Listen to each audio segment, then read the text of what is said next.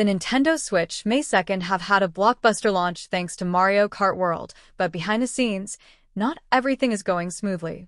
While the console itself has sold exceptionally well and first-party titles are flying off the shelves, third-party developers are facing a very different reality.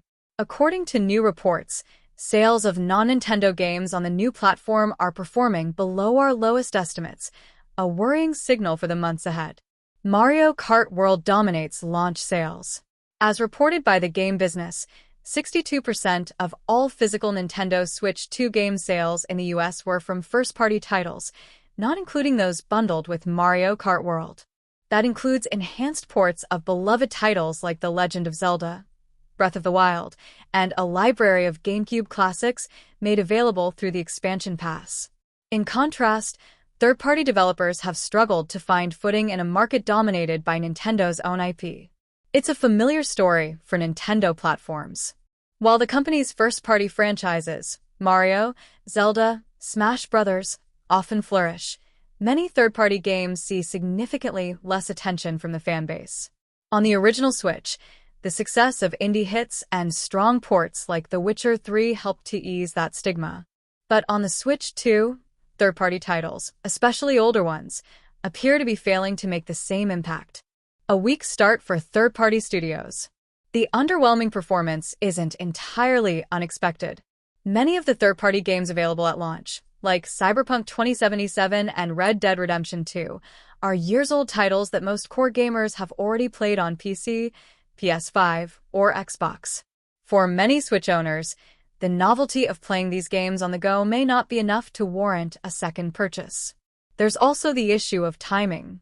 Launch periods are always dominated by platform-exclusive titles, and that's especially true for Nintendo fans, who often buy their consoles specifically to play Mario, Zelda, and other exclusives.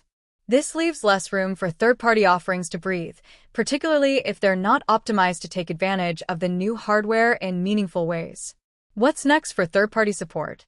The real test for Nintendo's ongoing third-party relationships will come when the Switch 2 begins to receive day-one releases of major new multi-platform titles. If the console can hold its own against the PS5 and Xbox Series X/S, when it comes to new AAA releases, publishers may be more inclined to invest in the platform long-term. But if the trend of low sales continues, the Switch 2 could face a repeat of past struggles seen on the Nintendo Wii U, where limited third-party interest led to a sparse and uneven game library. It's also worth noting that these early sales figures only cover physical media. Nintendo has seen significant growth in digital distribution in recent years, and many players, particularly for smaller or indie games, may be purchasing their titles through the eShop. Without full digital data, the true picture of third-party performance is still incomplete. No panic yet, but caution is warranted. Nintendo isn't likely to panic just yet. Launch periods are rarely a complete reflection of a console's long-term health, and the Switch 2 is still riding a wave of post-launch excitement. However, third-party developers are already expressing concern that their titles aren't finding an audience, and this could impact future support if sales don't improve. Nintendo will need to demonstrate that its platform is more than just a vehicle for its iconic franchises. By ensuring that third-party games are well-promoted, run smoothly, and launch alongside other platforms, the Switch 2 could overcome its rocky start. But if developers continue to feel shut out by lackluster sales, they may look elsewhere to invest their time and resources. For now, all eyes are on the next wave of releases.